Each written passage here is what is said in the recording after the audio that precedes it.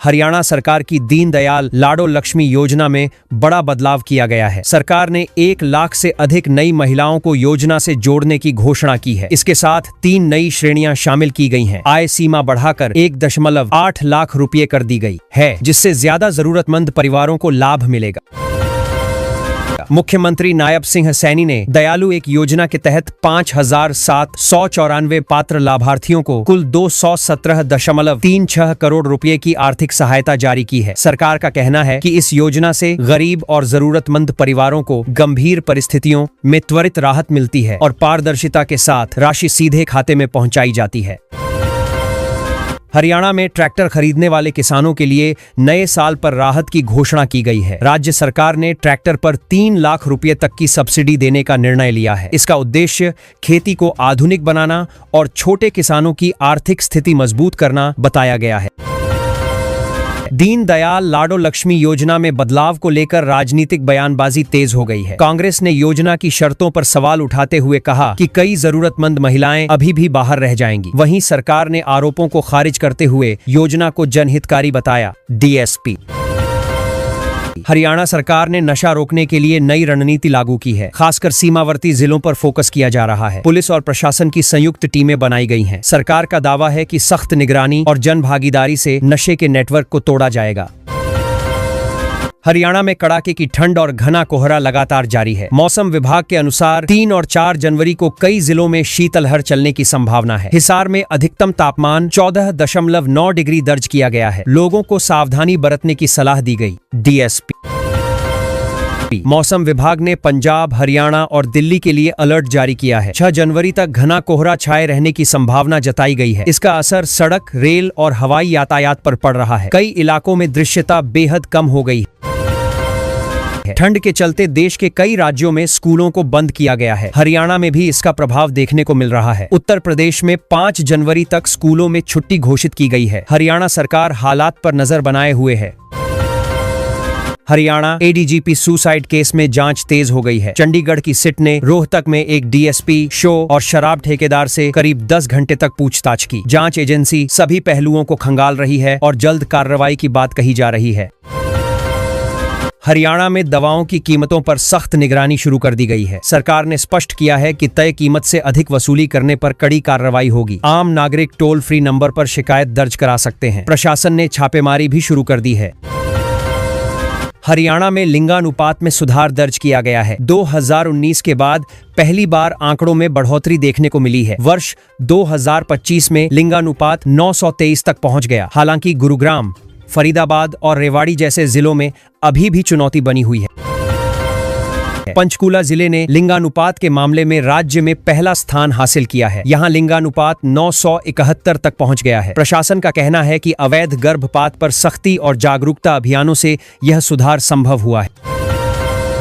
नए डीजीपी अजय सिंघल ने पदभार संभालते ही सख्त निर्देश जारी किए हैं। उन्होंने राज्य भर के 700 से अधिक पुलिस अधिकारियों को पारदर्शिता और जवाबदेही के साथ काम करने को कहा है। भ्रष्टाचार और लापरवाही पर जीरो टॉलरेंस नीति अपनाने की बात कही गई। डीएसपी हरियाणा में लापता बच्चियों को खोजने के लिए विशेष अभियान शुरू किया गया है। पुलिस, चाइल्ड वेलफेयर कमेटी और सामाजिक संगठनों की मदद ली जा रही है। सरकार ने कहा है कि हर केस को प्राथमिकता के आधार पर सुलझाया जाएगा।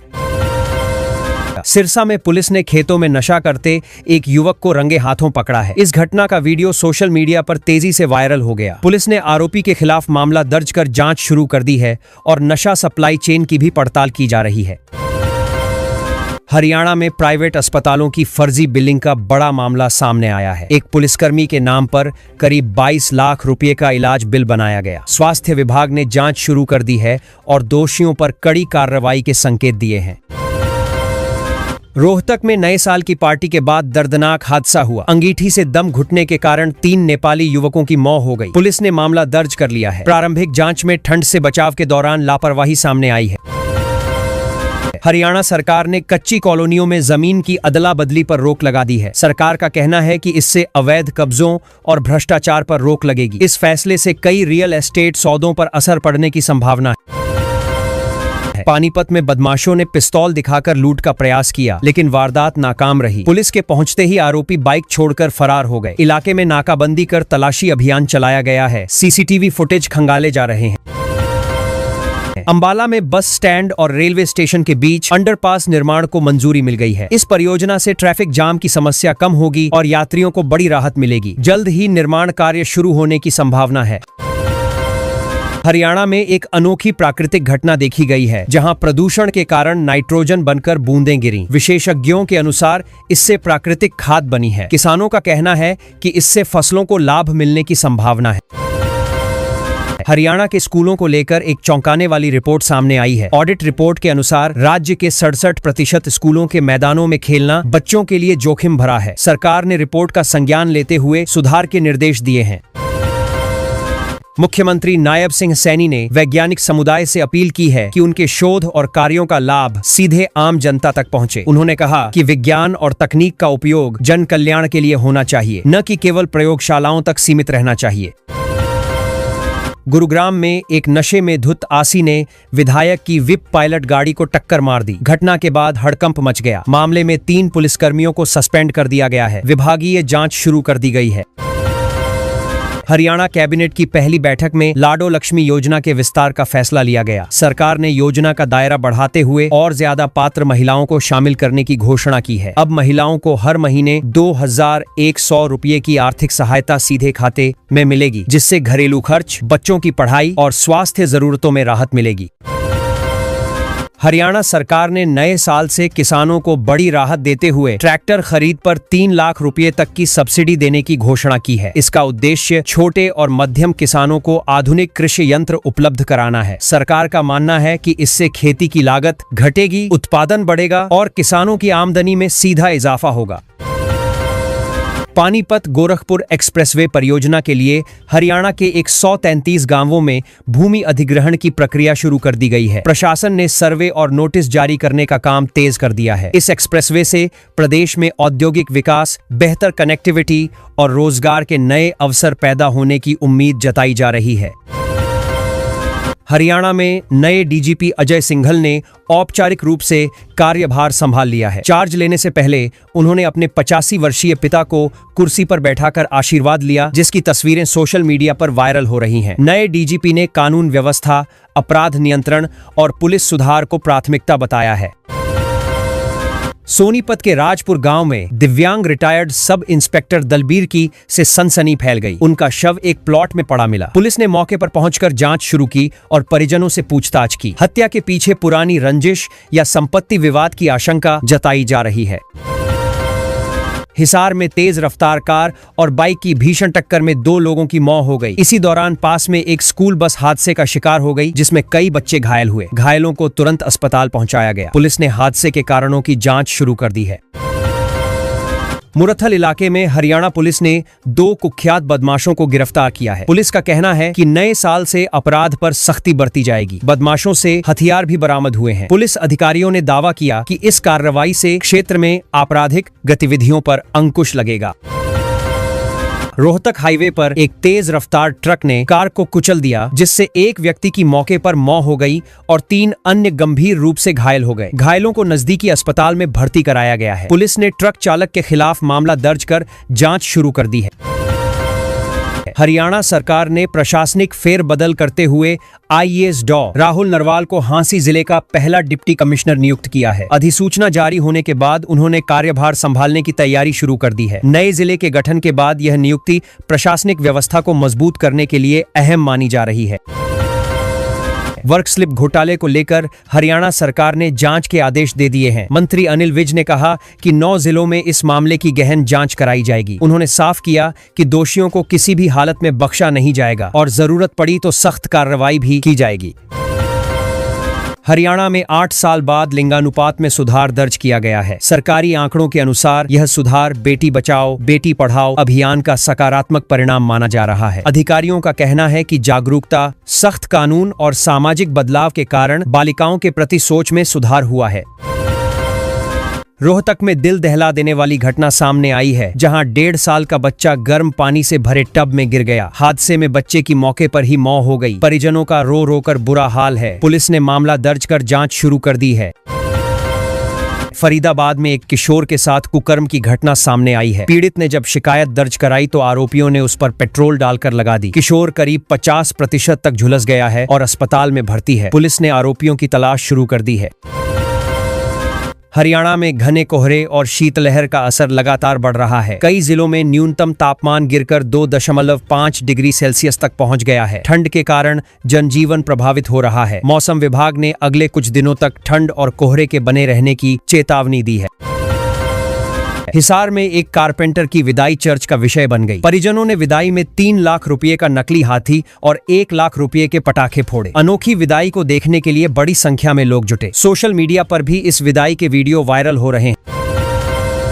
पानीपत में लाखों रुपए की चोरी के मामले का पुलिस ने 72 घंटे के भीतर खुलासा कर दिया। जांच में पता चला कि चोरी करने वाले आरोपी उत्तर प्रदेश से आए थे। पुलिस ने उन्हें गिरफ्तार कर चोरी का माल भी बरामद कर लिया है। अधिकारियों ने टीम की तेज कार्रवाई की सराहना की है। एनसीआर क्षेत्र में गुरुग्राम और नोएडा को पीछे छोड़ते हुए सोनीपत को टॉप शहर बताया गया है। रिपोर्ट के अनुसार बेहतर इंफ्रास्ट्रक्चर, औद्योगिक विकास और कनेक्टिविटी के कारण सोनीपत तेजी से उभर रहा है। रियल एस्टेट और रोजगार के मामले में भी शहर ने नई पहचान बनाई है।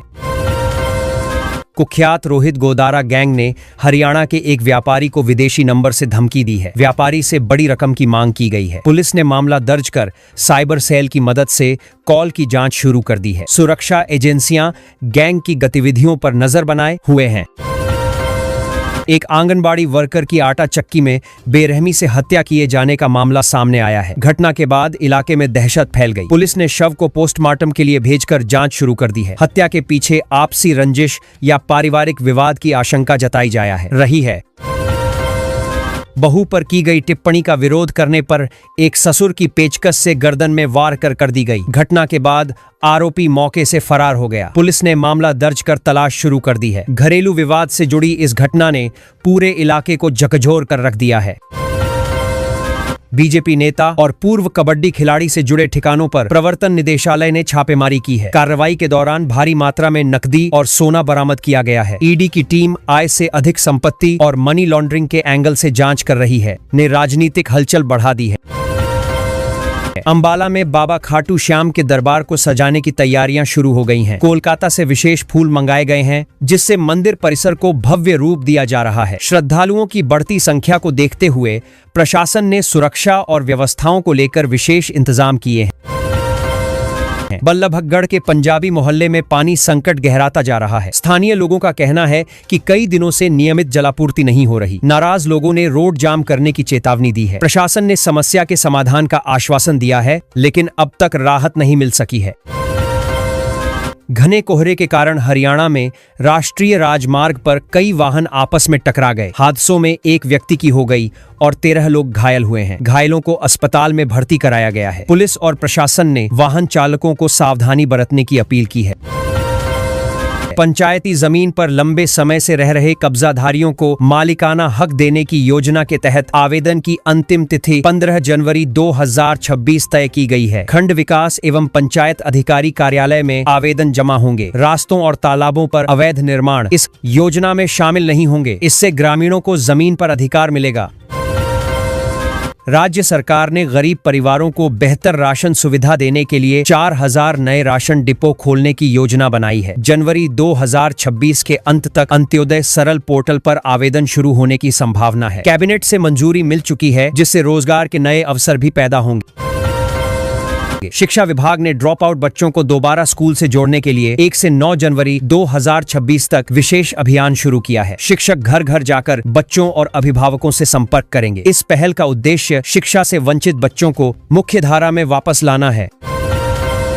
हरियाणा कैबिनेट की पहली बैठक में 2026 की विभिन्न कल्याणकारी योजनाओं पर चर्चा की गई। बैठक में पार्ट टाइम कर्मचारियों के हित, पेंशन योजनाओं को मजबूत करने और गरीब परिवारों को अतिरिक्त सब्सिडी देने के संकेत मिले। सरकार ने सामाजिक सुरक्षा योजनाओं को और प्रभावी बनाने पर जोर दिया। हरियाणा में नए साल की शुरुआत घने कोहरे और कड़ाके की ठंड के साथ हुई है। मौसम विभाग के अनुसार 5 जनवरी तक पंजाब, हरियाणा, चंडीगढ़ और दिल्ली में बहुत घना कोहरा छाया रहेगा। विजिबिलिटी कम रहने से सड़क और रेल यातायात प्रभावित हो सकता है। आज सुबह 11 बजे चंडीगढ़ में मुख्यमंत्री नायब सिंह सैनी की अध्यक्षता में हरियाणा कैबिनेट की पहली बैठक हुई। बैठक में वर्ष 2026 की प्रशासनिक प्राथमिकताओं, विकास कार्यों और नीतिगत फैसलों की रूपरेखा तय की गई। कई अहम प्रस्तावों पर विचार किया गया।